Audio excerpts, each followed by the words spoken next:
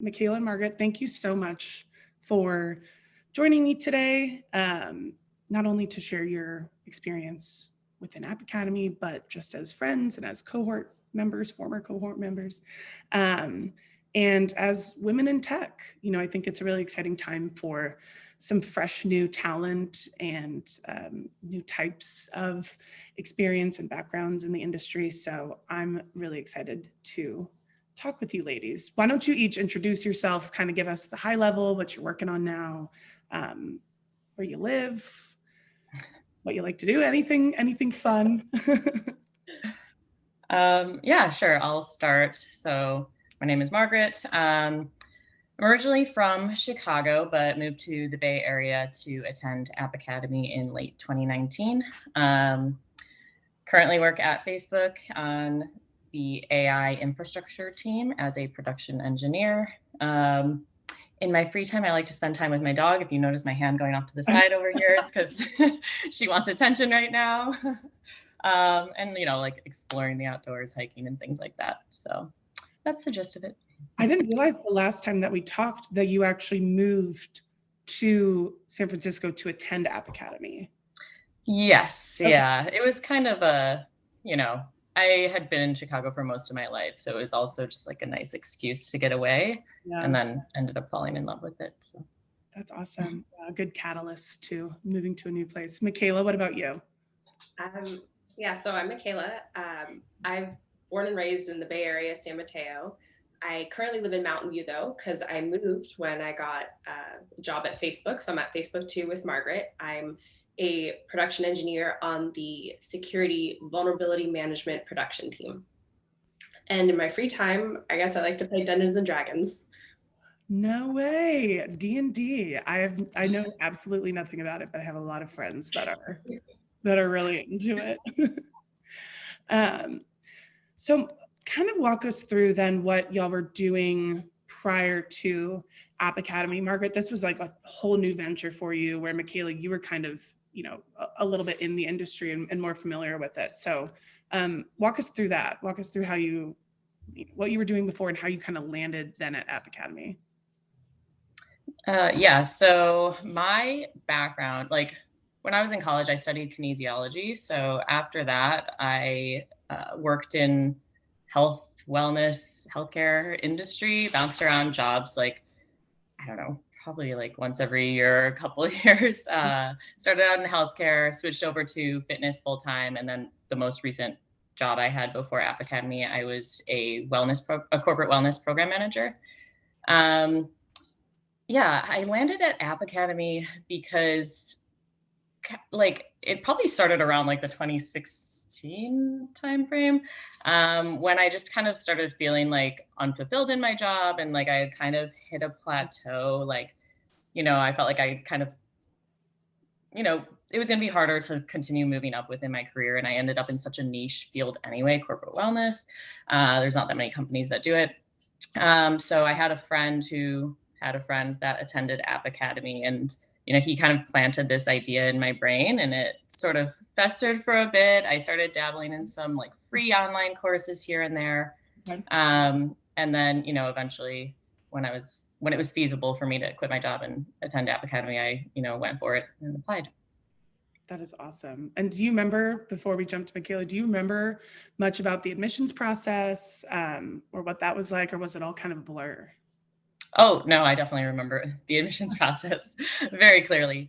Yeah, the original application was, I think just like filling out a quick form online. And then we started learning Ruby via the videos that are online. I actually originally was going to try to not like actually apply to App Academy, because I found all of the videos are posted for free online. So I started working through it in that way, but pretty quickly realized that I needed more accountability, and I needed a TA there to keep me moving along with it. But yeah, as far as the rest of the application process, I actually I think so after we did like a take-home test, then it was the technical interview. I actually failed my technical interview the first time. But Not the first person I've heard that from, and that's okay. yes, yeah. So I just remember like that was kind of my first taste of what it was going to be like to be at App Academy. Because after that, I was like so determined to like take advantage of the retry. So I just like it was over I think Labor Day weekend. So all my friends were like going out on like trips or hanging out, and I was like, I'm locking myself inside and studying nonstop for this. Yeah. And it worked out. And yeah, then behavioral interview after that. But Yep. And the rest is history. Micaela, what about you? Tell us how you kind of wound up at App Academy. You have a more unique experience than a lot of the alumni that I've recently talked to, in that you were already sort of in an engineering focused role. I'll let you kind of do the honors, but tell us more about what you were working on before. Yeah, so I was already, I guess, in tech as a product support engineer. Almost forgot my role. So I was, the job was mostly just like customers would escalate issues, and I was like the last line of defense before the engineers to figure out if it was a bug or a feature. So I would spend my days like debugging and looking into that stuff. And I wanted to learn to code to be more self-sufficient, to be able to tell better if it was a bug or a feature, you know, or stuff like that.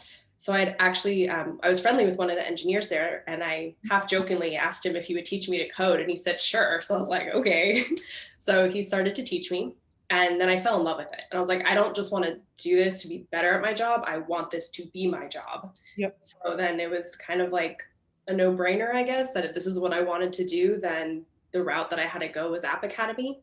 And he had actually suggested App Academy as a bootcamp because he was also a bootcamp grad. So at that point, you were like, this is kind of a natural progression to this skill. That's awesome. So both of you were in the cohort together, correct?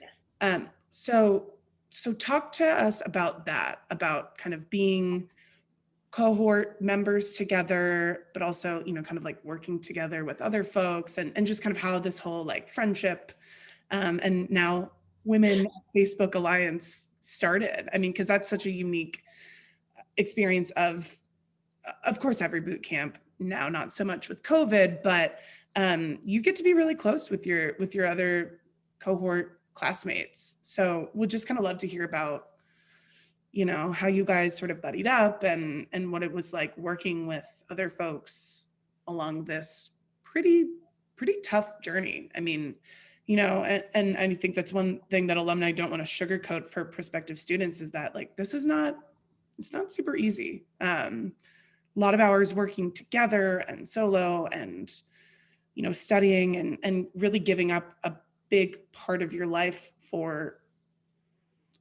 a short amount of time, but still, you know, a decent chunk of your life. So just want to hear about that, you know, that aspect of the program. Yeah, to be honest, like when I was going into App Academy, I was mentally preparing myself to not have any social life. Like that, like when I was telling, you know, my friends and family back home, I'm like, man, this is going to be rough. Like I'm totally giving up my social life completely for the next 4 months. And it, like, you know, people were like, no, you're going to make friends with your classmates. I'm like, no time for that. Like, I'm just going to be studying. So that was my mentality going into it. Obviously it turned out differently.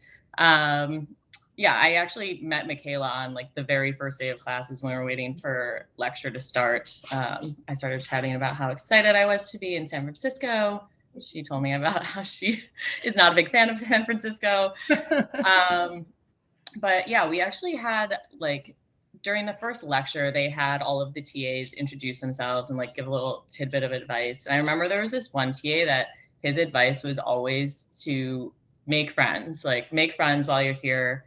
You know, and like you said, this is like a totally unique experience. You're all going to go through it together. It's going to be extremely stressful. You're going to be spending many, many hours together. So yeah, I mean, although like I took his advice, but at the same time, it wasn't like I had to work that hard to make friends, just because we had that bond. Mm-hmm. So yeah, like Micaela and I and a handful of others. Basically, we just ended up, I don't know, I think we stood near each other during lecture, then we would hang out during the breaks. And eventually, I know this isn't super relevant now that things are remote, but when things are in person, when you start working on full stack projects, you move to like this other side of the room and you get to pick your own seats. So we all sat by each other, and it was so helpful because it was like, that was so stressful to work on. It was kind of like, when they let you loose to work on a project from scratch. And it was just super, super helpful to have other people there that you can kind of just like get through the grind together. Yeah. It gives me flashbacks to like high school and college days when you have group projects and you like have to pick somebody. And if you don't know anybody in the class, you have to form those alliances. Those are important. Micaela, just would love to hear from you kind of how you felt about being in the classroom setting. Obviously, as Margaret mentioned, not super relevant right now with COVID. So you guys, really got to have what we hope will not be, a last kind of, obviously a few years ago, but, not a thing for a while and may not be for a little bit. So just kind of walk people through what that was like for you. Yeah, I guess we did have the 3 weeks remote before. That was like kind of a new thing for our cohort, I guess, the 3 weeks remote, and then we went in person. So I know during the remote part, there would be like kind of chats as we were watching stuff, and people would be cracking jokes or like saying stuff. So like I started to get an idea of like, oh, like this person seems kind of cool, like based on stuff they say. And so it was like fun when we did get to be in person to like actually like, I mean, I kind of already had a face to the name, but to really like actually put a person there. And yeah, I remember like, I think the first day, like I stood in the back for the TA like lectures and stuff. And then Margaret was back there. And then we had some other friends that stood back there. And I think it's just us being back there and talking about stuff and whispering during the lecture about like asking each other questions and stuff. Just, I don't know, one thing just led to another. And we just formed a group that was, I think, very important to have. Like, I don't think I would have been able to get through App Academy or the job search or anything without having like that support and that friendship.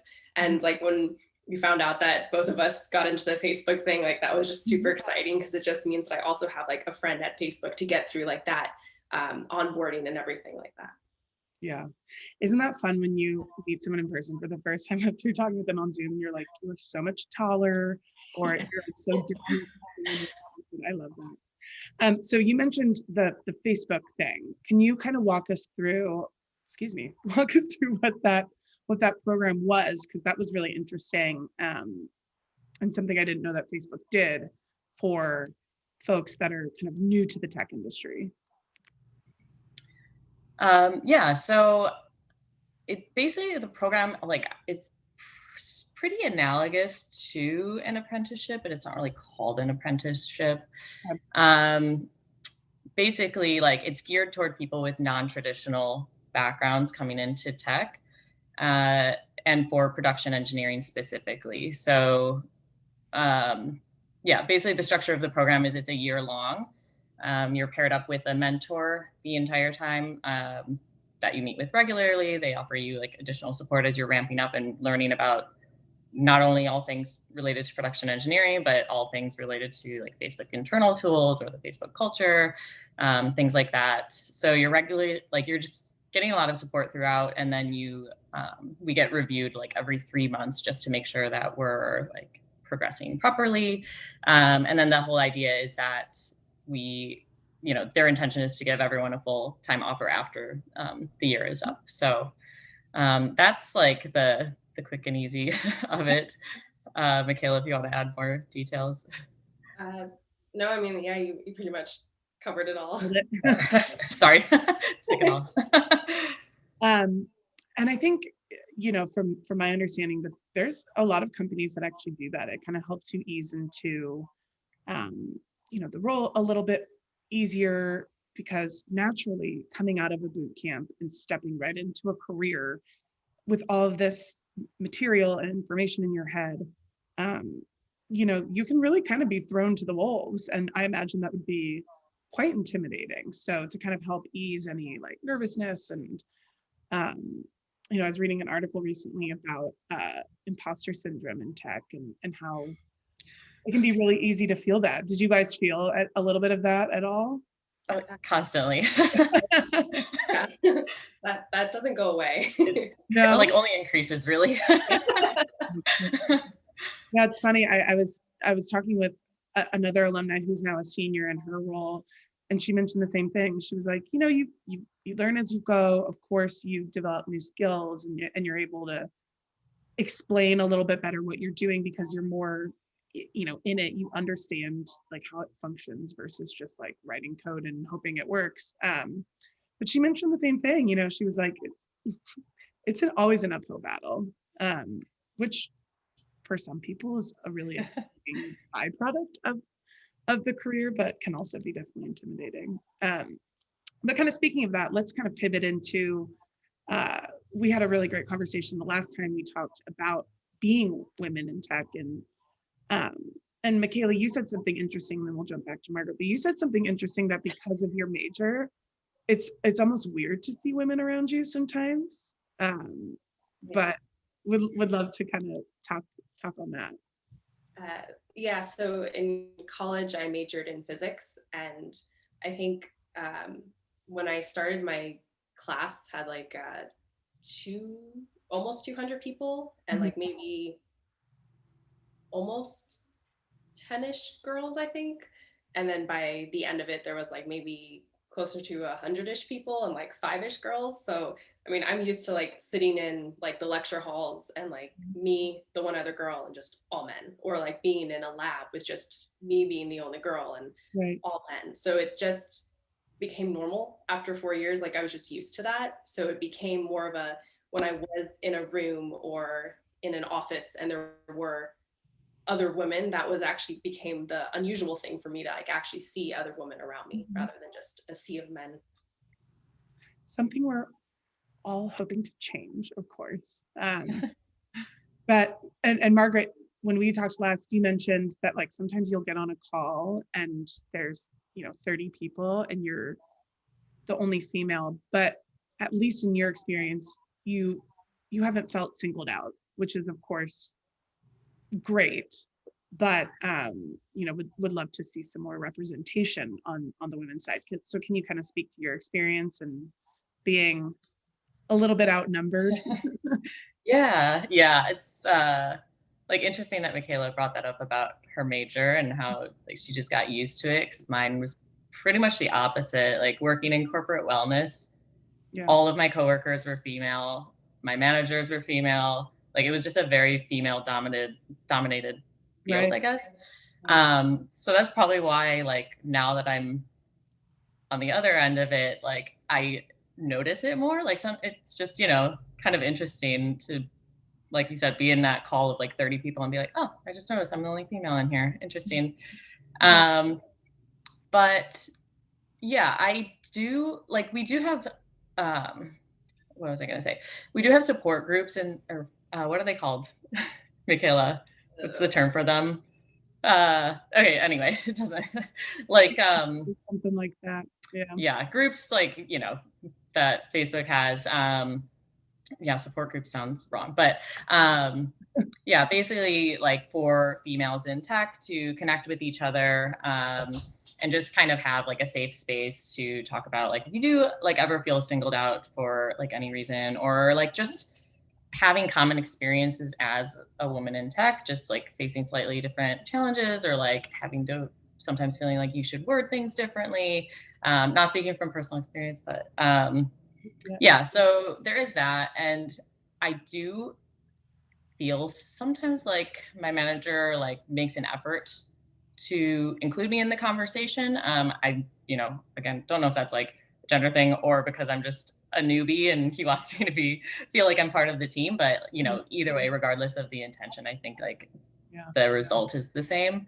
Yeah, I mean, I think we also just work at a company that really values diversity. So even though we're not all the way there yet in terms of the numbers, it's still like a very valued thing to be like a person that can offer diversity on the team. Yeah, absolutely. well, we'll wrap it up here. I don't want to take too much of y'all's time on this Monday evening. But I would love just some kind of parting words of wisdom for any future students, whether it's about, representation in tech for different communities, or just about, changing your career. Obviously, Margaret, you really did a 180 with yours. So, just would love to hear anything that you think future students might want to know, as like the sun's falling on me. So now I'm white cast, but yeah, just would love to hear kind of any parting words that you guys have for the next generation. Yeah, I guess I don't know. I guess I would say if you're even thinking about it or if you're even interested in it, the only way to know that if this is going to pan out is you have to try. You have to be willing to put your head down, work for it. It's not going to come easy, but at the same time, it's better to go for it, and maybe it doesn't work out perfectly versus never trying at all. That's kind of something I think about since I did make this transition, and it's maybe because of imposter syndrome constantly, but I'm always thinking about what if I started working on this stuff sooner? What if I really did commit to those online classes that I first started dabbling in? How much better would I be right now? Yeah. So yeah, I think just go for it. Don't, and I guess, also just speaking to the diversity thing, if that is something you can bring to the table, that's a good thing. You should not feel oh, if I don't look like them or if I don't seem like them, that I don't belong in this field. It's actually the opposite. If you don't look and think the same as everyone, that is very valued. Yeah. And I don't know, in software engineering, being able to solve a problem in a different way from how someone else is solving it is very valued. And by having a different background, that's something that you can bring to the table. Sorry, I kind of went a few things there.